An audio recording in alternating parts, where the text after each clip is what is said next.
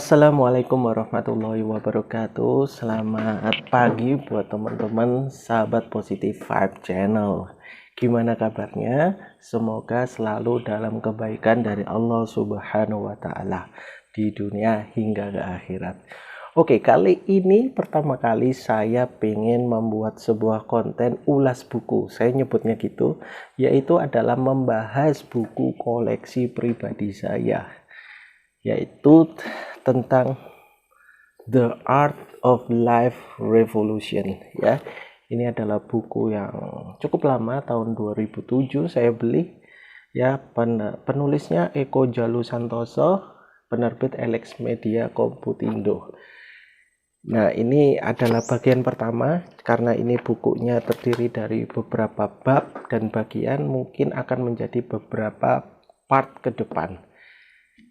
Mudah-mudahan bermanfaat dan menarik. Simak videonya kali ini. Kita bahas bukunya ya. Buku ini pada bagian pertama ya, penulis mengajak kita untuk melihat potensi pada diri kita.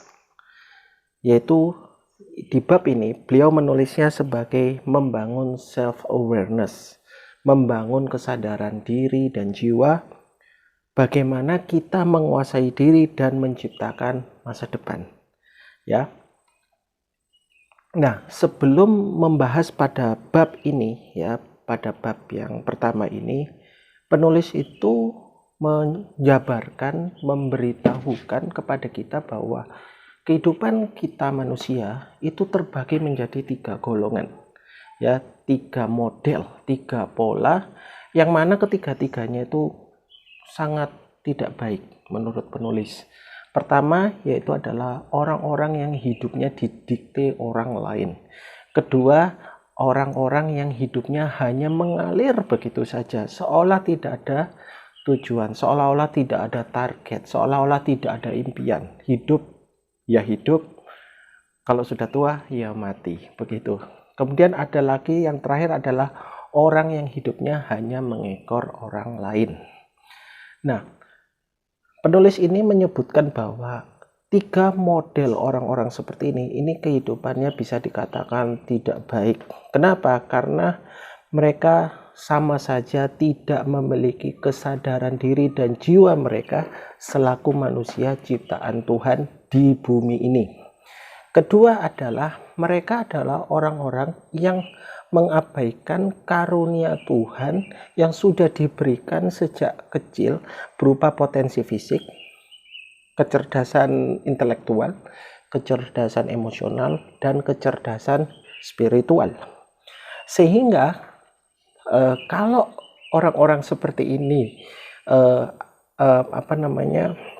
mengabaikan yang diberikan Tuhan yang sedahsyat itu, kemungkinan besar pada akhir kehidupannya mereka menjadi orang-orang yang kehidupannya tidak bermakna, cenderung sia-sia.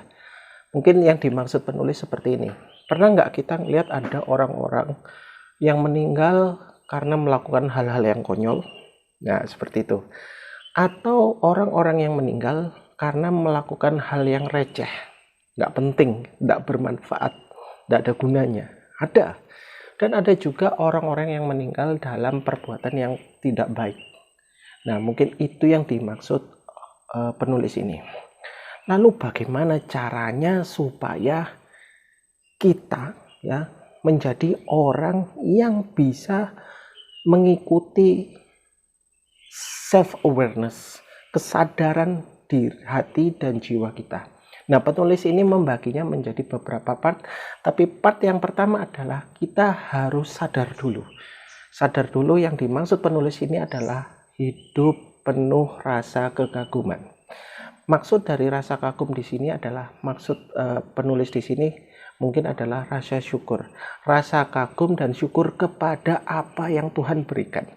Dan kita tahu bahwa kita sebagai manusia, kita itu adalah ciptaan Tuhan yang maha kuasa. Tuhan yang maha kuasa adalah Tuhan yang maha luar biasa. Mustahil Tuhan yang maha luar biasa menciptakan ciptaannya, terlebih kita manusia, itu hanya untuk hal yang remeh-temeh, yang receh, yang tidak penting. Pasti mempunyai maksud dan tujuan, dan itu sudah keyakinan kita, ya. Kemudian kita kalau ingat dulu ya, kita juga punya keyakinan bahwa dulu ya Tuhan itu menyuruh bangsa malaikat untuk sujud kepada manusia, kepada Adam. Itu membuktikan bahwa manusia ya, keturunan Adam itu mempunyai derajat yang mulia. Jadi kita Bani Adam, keturunan Adam, manusia adalah makhluk yang spesial, makhluk yang luar biasa. Artinya kita semua ini mempunyai nilai-nilai positif baik diri kita maupun lingkungan kita. Nah, yang ditekankan oleh penulis pada bagian ini adalah kita itu boleh kagum sama orang lain. Kita boleh kagum sama bangsa lain, negara lain boleh. Tapi jangan sampai rasa kagum kita kepada orang lain itu membuat kita berpaling dari diri kita sendiri. Itu pentingnya kita menghargai diri kita sendiri, melihat potensi positif yang terpendam untuk kehidupan kita sendiri. Maksudnya mungkin tidak boleh merasa insecure, tidak boleh merasa inferior. Ya. Dan yang berikutnya adalah kunci utama menjadi pribadi yang unggul adalah, menurut penulis ini, adalah mengikuti kata hati. Jadi hati itu merupakan karunia dari Tuhan kepada kita semua yang menjadi kompas kehidupan kita. Penulis ini memberikan contoh, misalnya Nabi Muhammad. Ada Nabi Muhammad, ada Siddhartha Buddha Gautama, ada Mahatma Gandhi. Saya menyebutkan yang Nabi Muhammad aja karena lebih familiar. Nabi Muhammad itu seandainya ya tidak mengikuti hatinya, mengikuti tradisi Arab jahiliyah saat itu, musyrik Mekah saat itu, atau mengikuti kebiasaan pamannya ya, yang waktu itu ceritanya mau wafat itu ya, bagaimana?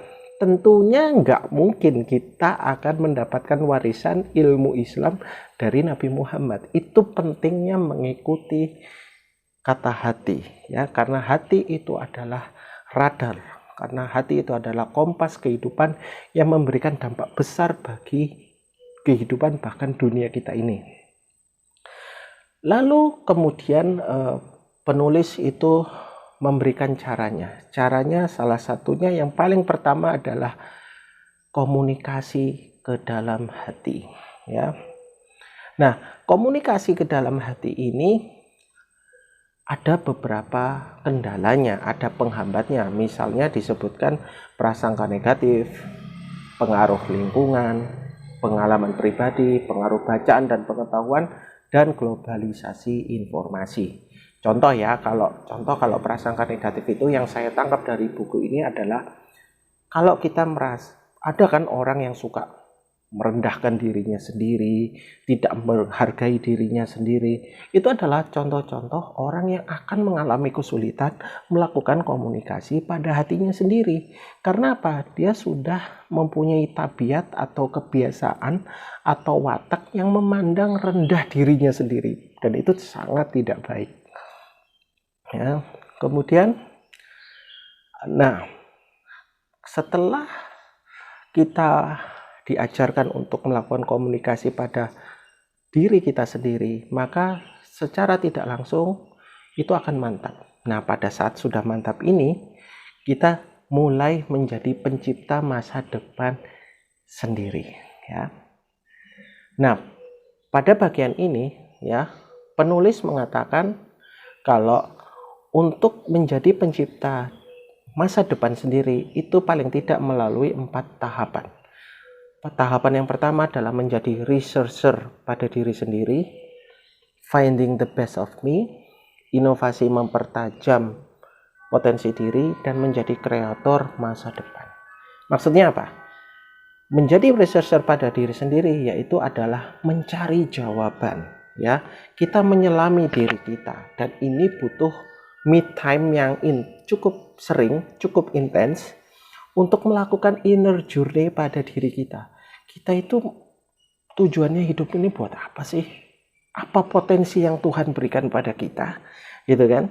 Nah, itu butuh research, ada penelitian, meninjau, melihat diri sendiri. Nah, kalau menurut saya tambahin dari saya, bukan hanya kita melihat pada diri kita, tapi kita juga harus sering komunikasi kepada Tuhan untuk selalu berdoa, meminta petunjuk untuk diarahkan kepada kehidupan sebagaimana yang Dia kehendaki. Jadi kita itu hidup harus selaras dengan maksud, tujuan, dan rencana Tuhan. Itu adalah kehidupan yang luar biasa, ya. Kemudian poin kedua adalah finding the best of me. Di sini penulis menuliskan mencari koin-koin emas yang ada di dalam diri kita. Ini yang dimaksud dengan mencari potensi-potensi apa yang Tuhan berikan kepada kita. Potensi itu bisa macam-macam, bisa bakat, bisa kepribadian, bisa karakter, itu macam-macam. Nah, untuk melihat finding the best of me ini, kita harus jujur. Kenapa? Kita bukan hanya mengeksplor keunggulan kita, tapi kita juga wajib mengenali batasan dan kendala kita. Jadi jangan sampai kita punya keunggulan tertentu, tapi kita tidak tahu batasan dan kendala. Karena ada kan orang bekerja, mereka pintar, mereka sanggup bekerja keras, tapi ending-endingnya nimbun penyakit yang parah. Nah, itu adalah orang-orang yang punya keunggulan tapi nggak ngerti batasannya, disuruh berhenti susahnya minta ampun, ya, sehingga menimbulkan penyakit. Artinya begini, finding the best of me bukan hanya mencari potensi-potensi unggul di dalam diri kita, tapi kita juga mengenal diri kita baik dari batasannya maupun kendala yang dihadapi, supaya kita menjalani kehidupan ini, melangkah ke depan itu sesuai porsi kita. Kemudian yang ketiga adalah inovasi mempertajam potensi diri. Inovasi mempertajam potensi diri menurut penulis ini adalah memanfaatkan apa yang Tuhan berikan kepada kita. Ya. Jadi apa yang Tuhan berikan dalam bentuk bakat, keunikan karakter, kepribadian, dan kekuatan lain yang semuanya itu dalam bentuk fisik, kecerdasan intelektual, emosional, dan spiritual, itu digali, dicari, dan perlu diolah. Kalau bahasa saya perlu dilatih, untuk latihan juga dilatih dalam bentuk keterampilan.